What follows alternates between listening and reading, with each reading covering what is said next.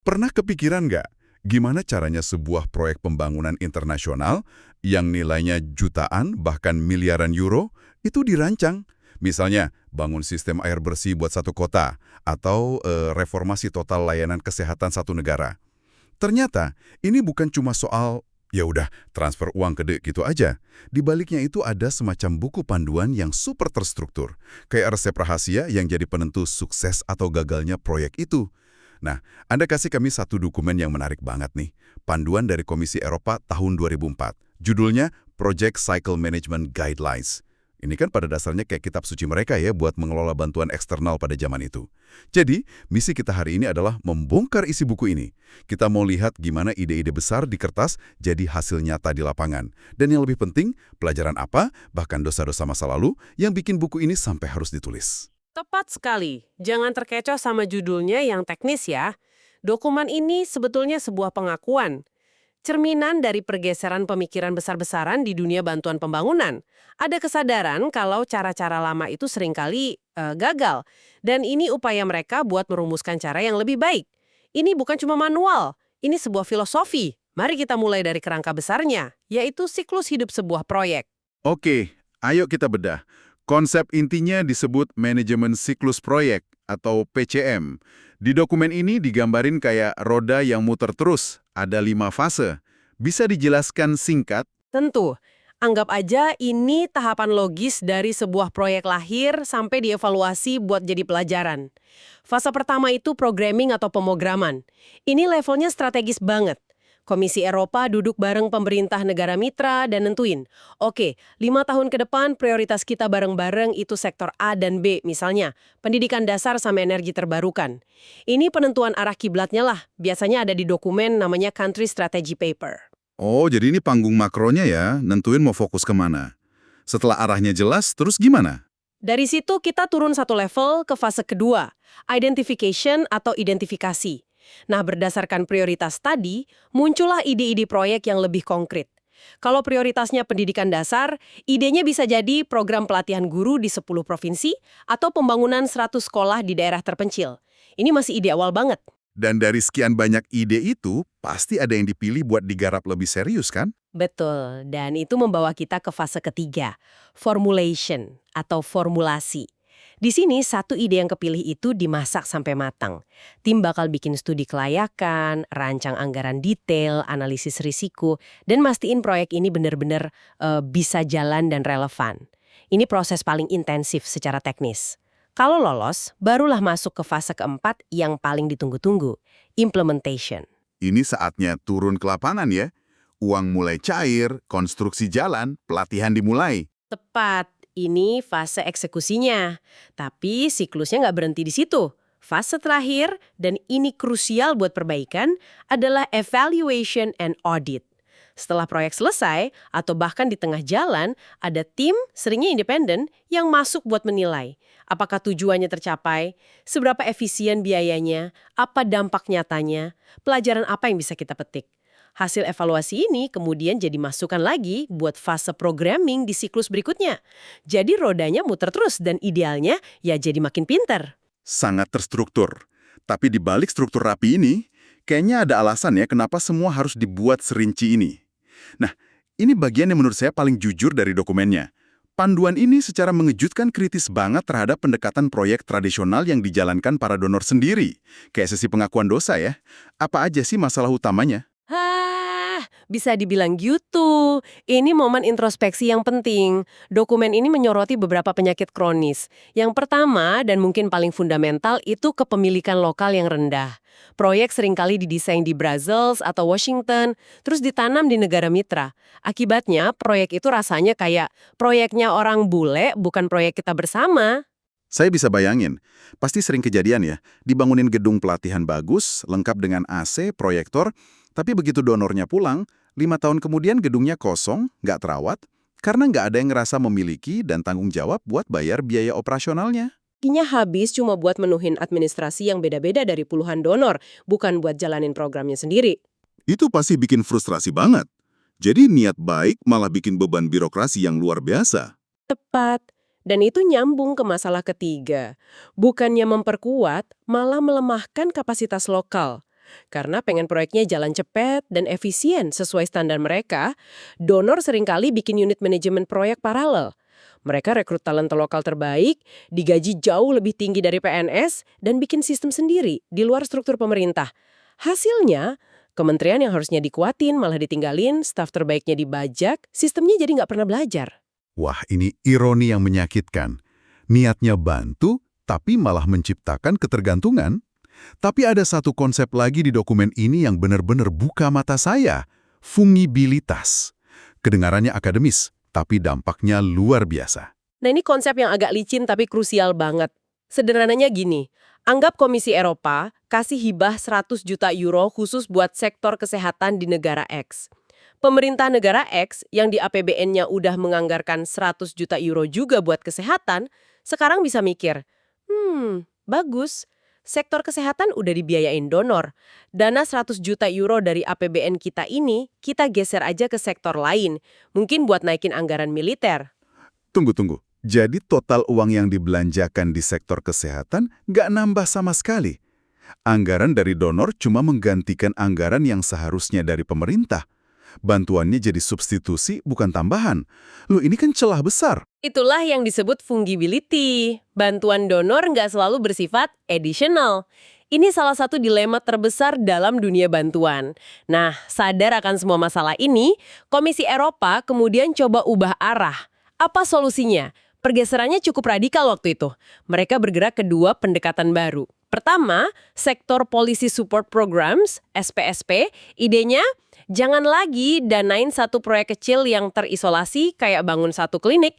Mari kita dukung seluruh program sektor kesehatan nasional yang udah dirancang pemerintah itu sendiri. Jadi, donor yang nyesuaiin diri ke strategi negara, bukan sebaliknya. Oke, jadi fokusnya lebih luas. Dukung sistemnya, bukan cuma satu intervensi kecil. Lalu pendekatan kedua.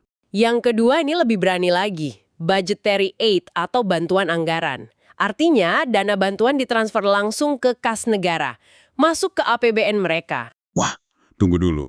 Kasih uang langsung ke kas negara kedengerannya berisiko banget. Gimana Komisi Eropa mastiin uangnya nggak dikorupsi atau dipakai buat hal yang salah? Apa jaminannya? Pertanyaan yang bagus sekali, dan itu kekhawatiran terbesar semua orang. Tentu ini nggak diberikan gitu aja. Bantuan anggaran cuma dikasih ke negara yang udah punya sistem manajemen keuangan publik yang relatif baik dan transparan. Dan yang paling penting, ini selalu dibarengi dialog kebijakan yang sangat intensif. Ada target-target kinerja yang harus dicapai, misalnya angka kematian ibu harus turun sekian %. Kalau target nggak tercapai, pencairan dana berikutnya bisa ditunda atau dibatalin. Jadi ada kepercayaan, tapi tetap ada kontrol yang kuat. Oke, jadi untuk menghindari masalah-masalah tadi, mereka ubah pendekatan dari makro. Tapi di level mikro, pas ngerancang satu proyek, pasti butuh alat bantu yang lebih tajam ya. Disinilah pendekatan kerangka kerja logis atau LFA masuk kan? Tepat sekali. LFA ini digambarkan sebagai bantuan untuk berpikir. Ini proses sistematis buat mastiin sebuah proyek dirancang dengan logika yang jernih dan kokoh. LFA punya dua tahap besar. Analisis dan perencanaan. Tahap analisis ini ibarat kerja dokter. Diagnosis dulu situasinya secara mendalam, baru tentukan resep obatnya. Jangan langsung loncat ke solusi. Coba kita bikin lebih konkret. Di dokumen kan ada contoh soal polusi sungai. Gimana kita terapin tahap analisis LFA di kasus itu? Oke, mari kita pakai topi detektif kita. Langkah pertama dalam analisis adalah analisis pemangku kepentingan. Kita petakan semua pihak yang punya kepentingan di sungai itu. Ada keluarga nelayan yang pendapatannya hancur.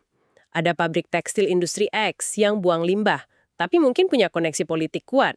Ada masyarakat di bantaran sungai, ada juga Pemda dan Badan Lingkungan Hidup. Masing-masing punya kepentingan, kekuatan, dan masalah yang beda. Oke, kita sudah kenal semua pemainnya. Lalu? Langkah kedua, analisis masalah. Di sini kita bikin sesuatu yang visual dan kuat banget, namanya pohon masalah. Kita mulai dari puncak, masalah intinya. Kualitas air sungai menurun drastis. Terus kita tanya kayak anak kecil, kenapa? Penyebab langsungnya, tingginya kadar limbah industri dan domestik. Kita tanya lagi, kenapa limbahnya dibuang ke sungai? Jawabannya mungkin ada beberapa cabang. Peraturan lemah, penegakan hukum gak efektif, dan kesadaran masyarakat rendah. Kita gali terus sampai ke akar-akarnya. Saya suka visualisasi pohon itu. Jadi kita nggak terjebak ngobatin gejala, kayak cuma bersihin sampah di permukaan, tapi dipaksa nyari sumber penyakitnya di akar. Setelah pohon masalahnya jadi, terus apa? Selanjutnya, bagian yang paling optimis, analisis tujuan. Kita ambil pohon masalah tadi, terus kita balik semua pernyataan negatif jadi positif. Jadilah pohon tujuan. Kualitas air sungai menurun, jadi kualitas air sungai membaik. Peraturan lemah, jadi peraturan diperkuat dan ditegakkan. Pohon ini ngasih kita visi tentang dunia ideal yang mau kita capai. Dari diagnosis suram jadi visi masa depan yang celah. Tapi kan kita nggak bisa kerjain semuanya sekaligus ya. Duitnya terbatas, waktunya juga. Disinilah kita harus milih pertempuran mana yang mau kita menangkan, kan? Persis. Itulah langkah terakhir analisis. Analisis strategi. Kita lihat pohon tujuan yang besar itu. Terus kita mikir realistis. Dengan anggaran 5 juta euro dalam 4 tahun, cabang mana yang paling mungkin kita capai dan dampaknya paling besar? Mungkin kita putuskan fokus ke strategi pengelolaan limbah industri dulu, karena secara teknis lebih jelas dan mungkin ada kemauan politik dari wali kota. Pilihan strategi inilah yang jadi inti proyeknya. Oke, jadi setelah proses analisis yang mendalam ini, kita punya pilihan strategi yang paling logis. Terus semua hasil pemikiran ini dituangkan kemana? Semua analisis tadi kemudian dipadatkan jadi satu dokumen sakti, matriks kerangka kerja logis, atau lebih dikenal sebagai log frame. Bayangin ini kayak cetak biru arsitek buat proyek, tapi cuma satu halaman. Siapapun dari duta besar sampai staf lapangan bisa lihat log frame ini dan dalam 5 menit paham. Satu halaman untuk proyek jutaan euro. Itu efisiensi tingkat tinggi. Apa aja komponen utamanya? Ada 4 kolom utama. Kolom pertama itu logika intervensi. Ini hierarki tujuan dengan logika jika-maka yang ketat. Paling bawah ada aktivitas. Jika aktivitas selesai, maka kita capai hasil atau outputs. Jika hasil ini tercapai, maka kita capai tujuan proyek atau purpose. Dan jika tujuan proyek tercapai, ini akan berkontribusi pada tujuan keseluruhan atau overall objective. Kayak anak tangga yang logis banget. Kolom kedua apa? Kolom kedua, indikator kinerja. Nah, ini kolom anti omong kosong gitu. Untuk setiap level tadi, kita harus definisikan cara ngukurnya. Indikatornya harus SMART, specific, measurable, achievable, relevant, time-bound. Jadi nggak ada lagi tujuan kabur kayak meningkatkan kesadaran. Harus jelas misalnya, pada akhir tahun kedua, 75% pabrik punya instalasi pengolahan air limbah yang berfungsi. Jadi ini bagian yang bikin semuanya terukur dan bisa dipertanggungjawabkan. Lalu kolom ketiga. Kolom ketiga sangat praktis. Sumber verifikasi. Ini jawab pertanyaan, oke, indikatornya bagus, datanya dapat dari mana? Untuk contoh tadi, sumbernya bisa laporan inspeksi triwulanan dari Badan Lingkungan Hidup Daerah. Ini maksa perencana buat mikir dari awal cara ngebuktiin klaim suksesnya. Dan kolom terakhir, asumsi. Ini kedengarannya krusial. Ini kolom yang bikin perencana proyek tetap rendah hati. Kolom asumsi ini isinya semua faktor eksternal di luar kendali proyek, tapi mutlak perlu, biar logika jika-maka tadi berhasil. Contohnya, asumsi pentingnya adalah stabilitas politik lokal terjaga, sehingga wali kota yang mendukung program ini tidak diganti di tengah jalan. Kalau asumsi ini gagal, proyek bisa mandek meskipun semua aktivitasnya jalan sempurna. Wah, jadi ini kolom apa yang bisa salah yang di luar kuasa kita ya. Ini memaksa tim buat nggak naif. Jadi log frame ini benar-benar DNA sebuah proyek dalam satu lembar kertas. Oke, kita punya rencana super solid dalam bentuk log frame. Tapi sebagus apapun rencana, implementasi di lapangan bertahun-tahun itu kan pasti penuh tantangan. Gimana panduan ini memastikan proyek tetap di jalurnya? Nah, ini masuk ke sistem penjaga gawang dan pembelajaran selama proyek jalan. Ada 4 alat utama, monitoring, review, evaluasi, dan audit. Kedengarannya mirip, tapi fungsinya beda banget. Coba kita bedah bedanya. Monitoring itu apa? Monitoring itu tugas rutin manajer proyek. Ibaratnya Anda lihat dashboard mobil pas nyetir. Cek kecepatan, bensin, suhu mesin terus-menerus. Apakah aktivitas sesuai jadwal? Pengeluaran sesuai anggaran? Kalau ada masalah kecil, kayak ban agak kempis, langsung berhenti dan ditangani. Sifatnya internal, cepat, dan berkelanjutan. Oke, itu buat operasional harian. Lalu, review. Review itu saatnya kita menepis sejenak buat lihat peta bareng. Ini biasanya pertemuan berkala, misalnya per semester, yang ngelibatin para pemangku kepentingan utama, tim proyek, pemerintah, perwakilan masyarakat. Mereka lihat data dari monitoring dan bahas gambaran besarnya.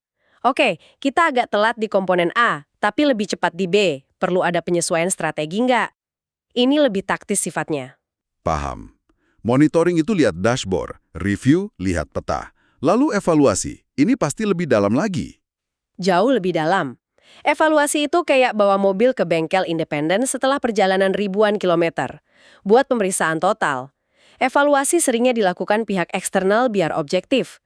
Pertanyaannya bukan lagi apakah kita mengerjakan aktivitasnya dengan benar, tapi apakah kita mengerjakan aktivitas yang benar. Mereka nilai relevansi, efektivitas, dampak, keberlanjutan. Apa proyek ini benar-benar bawa perubahan? Tapi dalam praktiknya, apa sih yang paling sering jadi masalah? Apakah monitoringnya yang cuma formalitas, atau hasil evaluasinya yang tebal itu akhirnya cuma jadi pajangan di rak buku? Itu pertanyaan sejuta dolar. Keduanya bisa terjadi. Monitoring yang lemah bikin masalah kecil jadi besar. Tapi yang lebih sering dikritik itu evaluasi yang tidak digunakan. Tim evaluasi udah kerja keras, temuannya penting. Tapi karena hasilnya mungkin nggak sesuai narasi sukses yang diinginkan, rekomendasinya nggak pernah diimplementasikan. Makanya penting banget ada juara di level senior yang mastiin hasil evaluasi itu ditindaklanjuti. Oh ya, dan yang terakhir, ada audit. Ini fokusnya paling tajam. Uang dan kepatuhan. Auditor mastiin setiap sen dibelanjakan sesuai aturan. Jadi, dari sebuah manual teknis tahun 2004, kita belajar kalau merancang proyek pembangunan yang efektif itu perpaduan rumit antara sains yang logis dengan pohon masalah dan matriksnya, dan juga seni mengelola ketidakpastian. Benar sekali. Dan ada satu gambar di akhir dokumen ini yang menurut saya merangkum segalanya dengan sempurna. Judulnya Jaring Hubungan Manajer Proyek. Gambar itu nunjukin seorang manajer proyek di tengah, terus ada garis-garis yang nyambung ke berbagai pihak. Kementerian, kantor pusat di Brussels, konsultan, kontraktor, LSM lokal, donor lain, bahkan Parlemen Eropa. Benar-benar kayak jaring laba-laba yang rumit. Jadi, secanggih apapun alat teknis yang kita punya, Pada akhirnya, ya, keberhasilan atau kegagalan sebuah proyek itu bergantung pada kemampuan seseorang menavigasi jaring hubungan manusia yang kompleks itu. Mengelola log frame itu mudah. Yang susah itu mengelola manusia dengan segala kepentingan, ego, politik, dan aspirasinya. Di balik semua matriks dan indikator, ini semua tentang manusia. sebuah pengingat yang kuat bahwa di jantung setiap proyek ada orang-orang yang mencoba membuat perubahan. Nah, ini mungkin jadi bahan renungan buat Anda di rumah. Dalam pekerjaan atau proyek Anda sendiri, entah di kantor atau komunitas, seberapa sering sih Anda benar-benar meluangkan waktu untuk memetakan pohon masalah secara mendalam bersama tim sebelum buru-buru loncat dan jatuh cinta pada sebuah solusi?